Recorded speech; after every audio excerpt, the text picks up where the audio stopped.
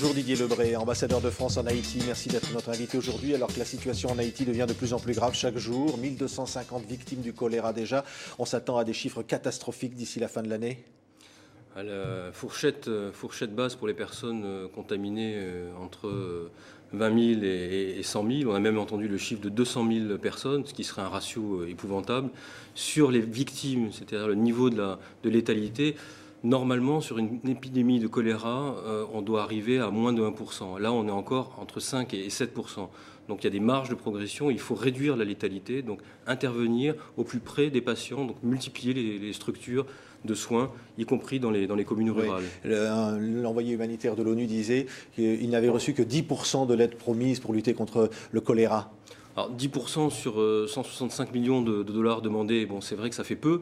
Il faut voir aussi qu'on sort d'une longue crise humanitaire avec des moyens qui ont été mis en place considérables. Il y a des ONG, je prends un seul exemple, le Médecins sans frontières, 97 millions de dollars de budget pour l'année 2010. Je suis certain, et le ministre de la Santé me l'a dit, il y a encore des stocks de médicaments, des stocks de produits hydratants. Bon, ce qui va manquer là dans l'immédiat, c'est du chlore pour pouvoir purifier à grande échelle. C'est pas de l'argent dont on a besoin aujourd'hui pour lutter contre le choléra. Alors, on aura peut-être besoin d'argent si on veut étendre le dispositif de santé, recruter davantage de personnel soignant, etc. Donc ça, sans doute. Mais au point de vue matériel, je pense qu'aujourd'hui, sauf si l'épidémie effectivement se développe dans des proportions gigantesques, auquel cas, sans doute on aura besoin de beaucoup plus de moyens. Oui. Qu'est-ce que la France va faire spécifiquement aujourd'hui de plus pour Haïti ? Alors écoutez, nous on a répondu immédiatement à la demande des autorités haïtiennes. On a envoyé des épidémiologistes, on a livré également toute une série de matériel, des bâches, des tentes pour pouvoir monter des centres, des lits spécialement adaptés pour le choléra. On a aussi déployé tout un dispositif de veille et de soutien aux centres qui accueillent des enfants, des jeunes, soit des orphelinats, soit des crèches, qui permettent pratiquement tous les jours aujourd'hui de s'assurer que les enfants sont bien pris en charge. Oui. Il y a eu des violences contre des personnels des Nations Unies accusés par la population d'être les vecteurs du choléra. D'où vient ce choléra qu'on n'a jamais connu en Haïti ? Écoutez, je crois que c'est effectivement, le choléra, c'est quelque chose d'inédit. Donc il y a une espèce d'angoisse par rapport à une maladie, une des rares qu'on n'avait pas connue dans ce pays. Donc les gens se disent, et on sait que le vibrion du choléra, il ne se développe pas comme ça de manière spontanée, il a forcément été introduit.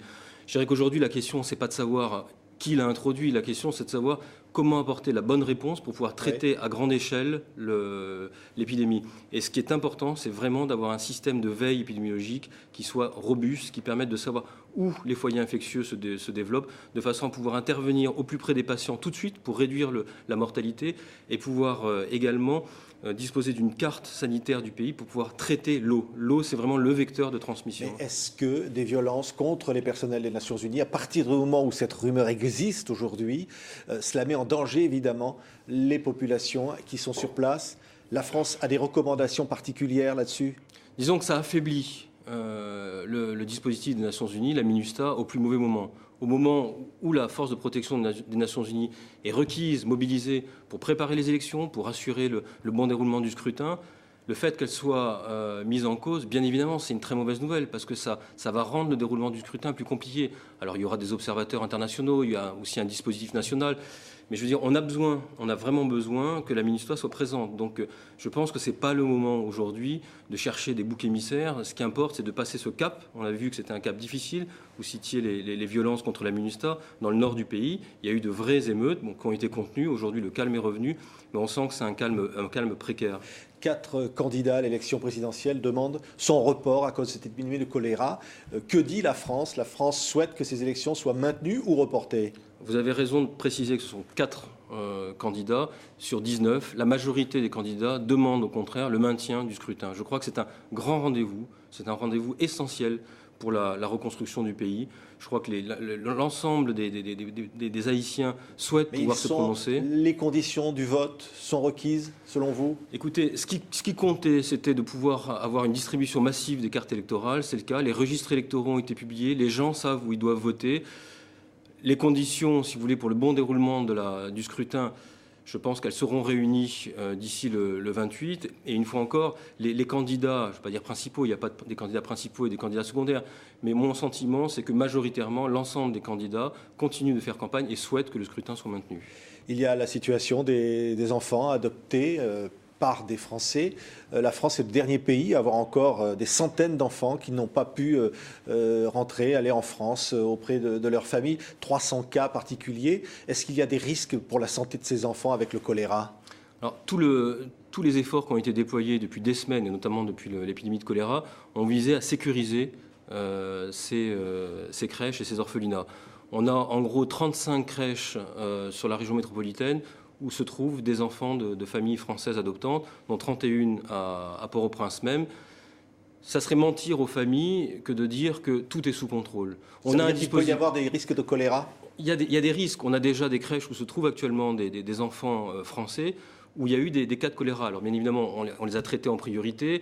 On est en train de mettre en place un dispositif pour pouvoir sortir les enfants des crèches qui sont les plus difficiles en termes de sécurité sanitaire, d'hygiène. Quand de ces crèches ? Donc, écoutez, dans les jours qui viennent, on va essayer, mais uniquement pour les crèches vraiment à risque, une dizaine dont on pense qu'elles ont vraiment le profil idéal pour pouvoir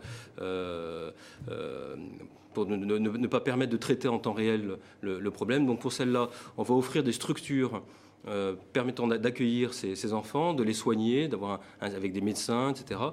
Et puis pour les autres, on va tenter d'accélérer. C'est-à-dire parce que les familles réclament ces enfants, est-ce qu'ils peuvent être certains qu'ils les auront avant Noël, par exemple ? Écoutez, si on suit toutes les règles en vigueur, d'ici Noël, on n'y arrivera pas. Donc il faut, à un moment, et je crois que les plus hautes autorités françaises sont en train de se prononcer, je crois qu'il est important d'avoir une approche sans doute plus politique, d'avoir un accord bilatéral franco-haïtien qui permette de lever les derniers obstacles juridiques de façon à pouvoir assurer à l'ensemble des familles que d'ici, peut-être d'ici idéalement la fin de l'année, tous les enfants qui étaient en cours d'adoption avant le 12 janvier puissent rejoindre leur famille. C'est véritablement un engagement moral qui est pris aujourd'hui.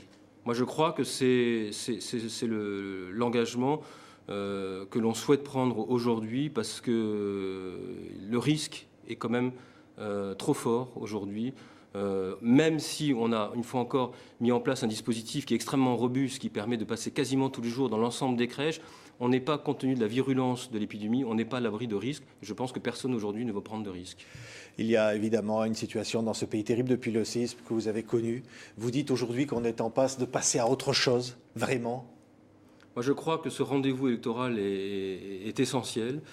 Ça va permettre de passer de la phase de la sortie de crise, de la gestion de l'humanitaire, à la phase de reconstruction. Et tant qu'on n'aura pas un gouvernement relégitimé, avec une feuille de route claire, je crois qu'on aura du mal à passer à la seconde phase. Merci Didier Lebret d'avoir été notre invité, ambassadeur de France en Haïti, donc de passage, et vous allez bien sûr retourner très vite sur place. Merci d'avoir été avec nous. Merci à vous.